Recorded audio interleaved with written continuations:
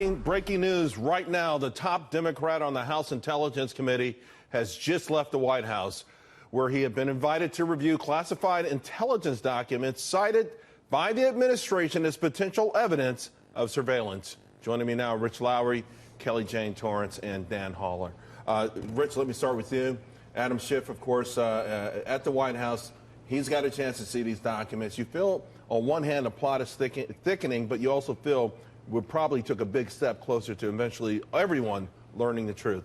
Yeah, and that's the ultimate point here. This isn't supposed to be an investigation of Devin Nunes's practices. It's supposed to be an investigation into Russian meddling in the election, possible collusion, and possible surveillance of President Trump and inappropriate unmasking of Trump officials who were surveilled. Let's get the facts. Let's take a deep breath and no one get ahead of the facts and just let the public decide. Yeah, Kelly Jane, this has been there's been a whole lot of factors here, and there's been a big saga with its own individual soap operas. But essentially what we're talking about is potential collusion. That's one of the angles. Potential unmasking. Well, let's face it, there has been some form of unmasking, but maybe we'll find out who exactly was involved in it. And if the reasoning for it was to embarrass the Trump administration, delegitimize the incoming administration.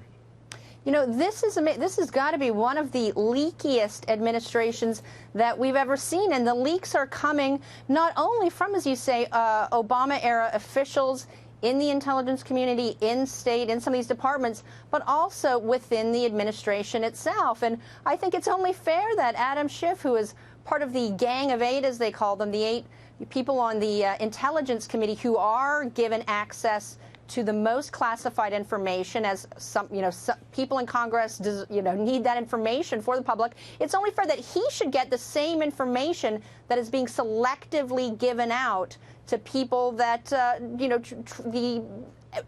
people inside the administration and Obama-era officials are really just giving out that information to those that they think will help them, give their narrative about it, and that's just not right. Well, here's the thing that's not right also, Dan.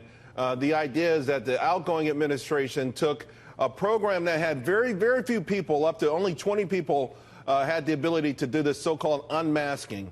Last-minute decisions by the Obama administration made it where the scores and scores of people had access to that information. And some are now speculating, based on news that's developing here, that maybe this was done deliberately with the intent on unmasking certain individuals within the Trump administration or Trump transition team to delegitimize the new president, and even go as far as embarrassing the new president.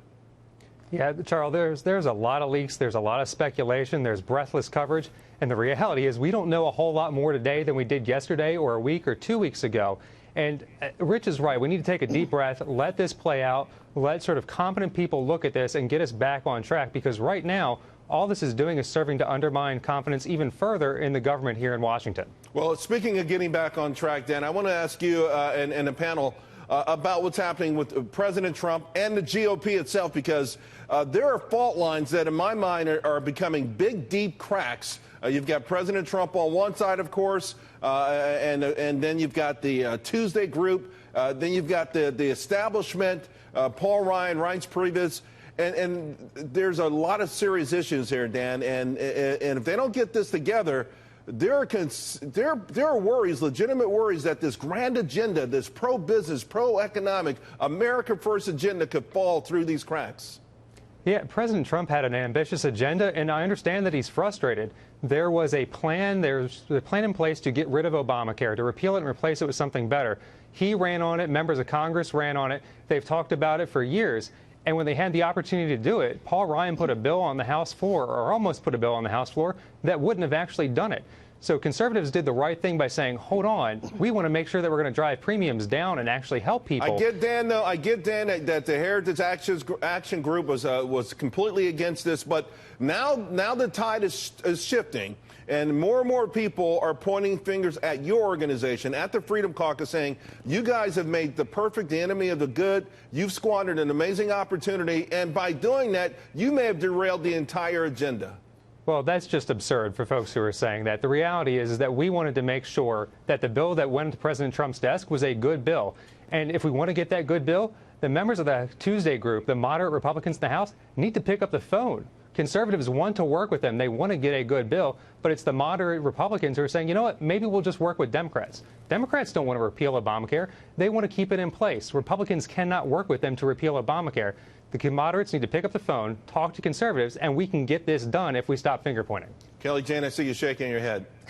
Well, there's lots of finger pointing to be done, but let's face it. I mean, House Freedom Caucus, they've got great principles, but they're a lot like libertarians in that they care so much about ideological purity and they don't understand political realities. And there's a reason libertarians don't have their hands on the levers of power in this country. And, compromise to the House Freedom Caucus is a dirty word, but let's face it, you can't get anything done in Washington without giving a little to get a little. And the House Freedom Caucus sort of enjoys, sort of taunting the rest of the Republican Party and making themselves contrarian. But, it's not just their fault that this failed. I mean, moderate Republicans were also against it. So there's plenty of finger pointing to go around. But yes, I do think, you expressed it perfectly, making the perfect the enemy of the good. And there's no such thing as a perfect law in Washington.